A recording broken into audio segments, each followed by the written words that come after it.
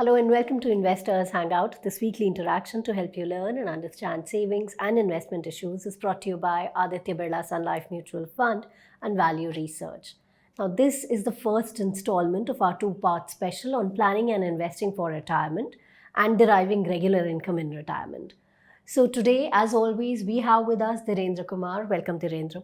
Thank you. How does one plan for the expenses that one is going to incur in retirement? You can't plan simply because there are just too many variables. And if you are a 25-year-old, 30-year-old and plan to retire 30 years from now, you just can't plan because everything will undergo a change. The investment universe will undergo a change. Your needs will undergo a change. You will have how much assets you build on your way to retirement. Everything will change, completely, radically alter what you think about retirement today. But what will not change is you need money. And what will also not change is that you need to have little more than enough. Right. So you need to be really aggressively working toward that. What will also never change is that investments take time to work, well, to grow substantially. So starting early and starting well is just as important. So focus on what will not change. You need a lot of money. You have a lot of time, and which is ideal for actually growing your money. So it depends. If you are going to retire in 5 years' time, then I think one can actually have a more realistic estimate of how much money you need. Which is, you can clearly look at your budget and see that how much money you need to live today. Look at all the expenses which will be deleted after you retire, and look at all the new expenses which will be added once you retire, and look at any other liability which you have, which you can clear up once you retire. Plan for some emergencies, and you are all set. So this is something which is, the answer does not lie with any expert, no outsider. You are the best person to estimate it. Don't estimate if you are 20 years away from it. Work on estimation when you get closer, 5 years and so. If it is 5-7 years from now, think of it in terms of anywhere between 60% to 70% of your current expenses as your income requirement. All right. So once that is done, where should one invest for their retirement? That also changes radically. Like if you are getting started, if you are 25-year-old, 22-year-old, on to your first job, you need to invest all your money into equity. Don't even follow my advice of having a moderate, or starting conservatively, simply because you have time on your side. You also have courage on your side, being young. Just make sure that you are doing your SIP. You are not taking a big bet on, with any, and with a large sum of money.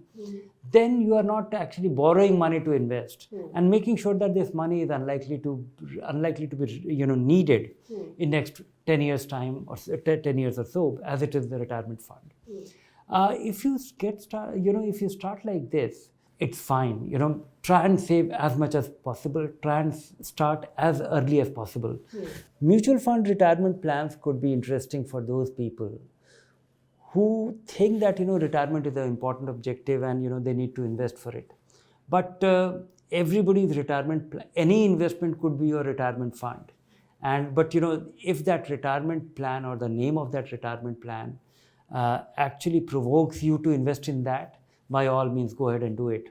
Most retirement plans are coming in 2-3 plans. One is a equalizer, 50-50. The other one is equity heavy, and that's the third one is debt heavy. Equity heavy is the one which is meant for youngsters, and debt heavy is the one which is meant for people getting closer to their retirement. And it has been created, it has been permitted by the regulator, so that a lot of people, retirement is very high on their agenda, on their mind, and it just prompts them to invest it with greater sincerity. I would say that if any person on an ongoing basis is able to save 20% of his income from his age when he starts, 20 to 25 years range, and keeps investing in equity till 5 years before he retires, I think he will be a wealthy man. Okay. So that's when one is starting out and starts investing early on. If you have just 5 years left for your retirement, what is the right asset allocation for you, and how should one go about it? I would say that, if you're 5 years away from retirement and if you haven't done any planning beforehand, Right. then you need to really worry. You not in terms of get worried, but you need to plan your things better. Which is, you need to really take a stock of all your financial assets, and you also need to do an estimation of all the superannuation benefit that you will get, because if you're in a job, you will get some gratuity, you will get some provident fund, and you might also get some other benefits in terms of health insurance from your ex-employer or erstwhile employer, and maybe some pension if you're with the government. If that is the case, then you have a very clear premise of how to plan, because the pension that you will get, if it is going to be enough by your estimate, then it's fine, which generally is 50% of your last salary for the government sector. Else you will have to plan for it, that all your accumulation, if it is invested, it has to generate at least 50-60% of the money which is your last earning. But it depends on your scale or your expenditure. But pension, for more or less now, it's out of the picture. Yeah, except for government sector, it is Right. out of picture. And still, for next 5-10 years, people will be retiring who will be entitled to that benefit. But for all new people getting into the employment today is out of picture. But it is not completely out of the picture, because if you become a member of NPS, Right. and if your lifetime savings, a part of it, 10% of it goes into NPS, all your accumulation, 40% of it has to necessarily buy annuity. Right. And that will generate the pension for you. So, becoming an NPS member, becoming an NPS subscriber gets you pension. And it also gets you freedom. It gets you freedom with the accumulated money to the tune of 60%, from which you can mount a SWP, and all of it is tax-free. So in that sense, it is not out of picture, but you need to take a stock of all that you will get. Right. And all that you will get, all that you will require. And if there is a gap, then you need to make your money work harder in the next 5 years. So I would say that if you're 5 years from now, you are going to retire, then you need to plan very aggressively in terms of taking your equity exposure methodically, taking a meaningful equity exposure. I don't know what that meaningful is, because that meaningful could be 25% of your total money. It could be 50% of your total money. If it is a large sum of money, it might be 75%, because the remaining 25% is big enough to support your income requirement. So it entirely is a function of all your accumulation and all your requirement. Okay. Now, going forward, balanced advantage funds are something that's sold to a lot of people who are about to retire or are retirees. Do you think that's the right vehicle to invest in? No, that is not a great vehicle. It might be right vehicle for some, and it's a conservative vehicle. But I don't think it is an ideal vehicle, because as I was saying, that anybody about to retire or anybody who retires, he needs a very clear plan.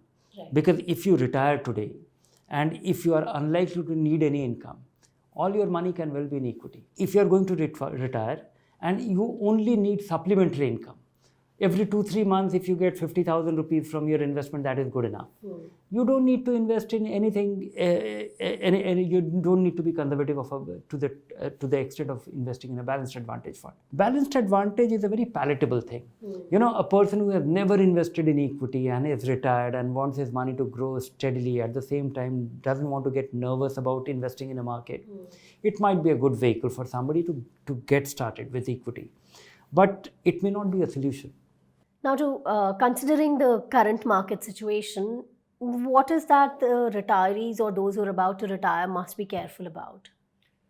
They need to be careful about a couple of things. One is that worry about your health, worry about the unexpected healthcare expenses. Right. Because that is something which has nothing to do with Which the can inflation dry rate. up all your It savings. can give you a nasty surprise. Not only that, you will have no recourse. There are many things which are optional. Healthcare is not. Yes. Then you may be completely out of idea, because you may not have any understanding of what is going on. So it will be nice to actually get exposed to what are the current expenses.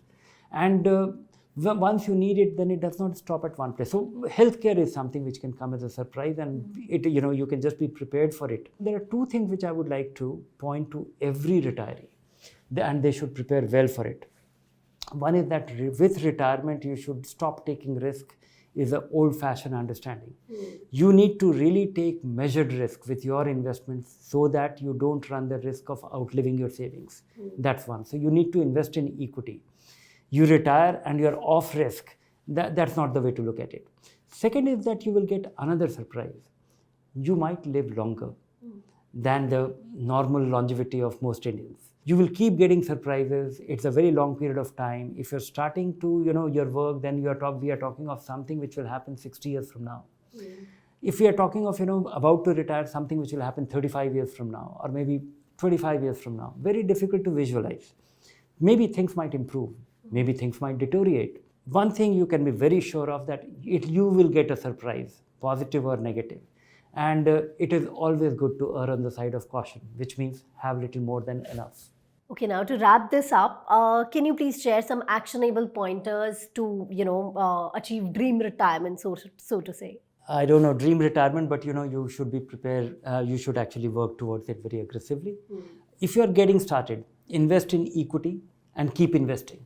Open an NPS account and make sure that you are not skipping your, you don't skip any of the months unless you lose your job or something, Right. Your income dries up.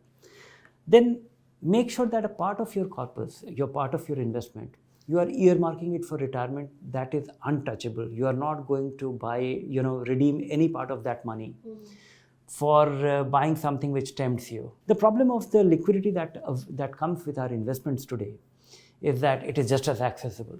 So be steady with your investment and not panic. And this requires time. No amount of preaching or listening to Investors Hangout will also help. We can be helpful to an extent, but not completely, because the real money and your money, once it is invested, you have to experience it personally to learn it.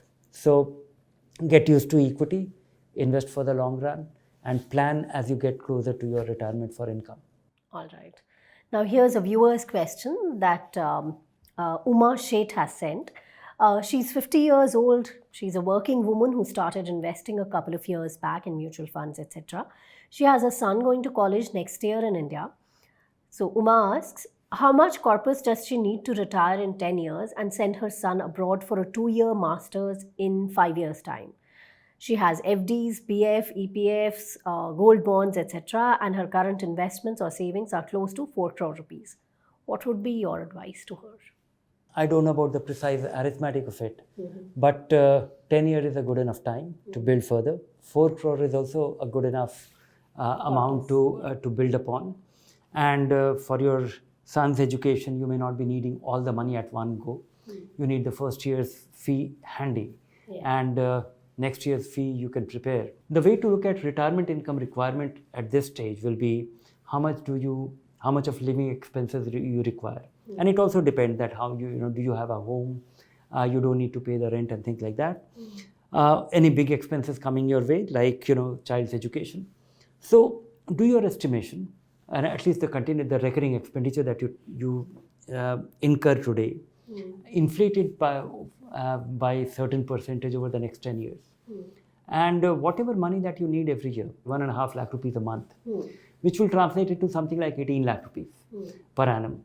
18 lakh rupees multiplied with 20 is the amount capital that you need. Your estimation of your income, multiply it with 20, annual income, multiply it with 20, is the most conservative estimation of capital that you need to support that income. All right, Uma, hope that answers your query. Next week also, we are going to discuss how to draw income in retirement. So keep watching this space for more information. If you like the show, do subscribe to our YouTube channel. Take care. Bye for now.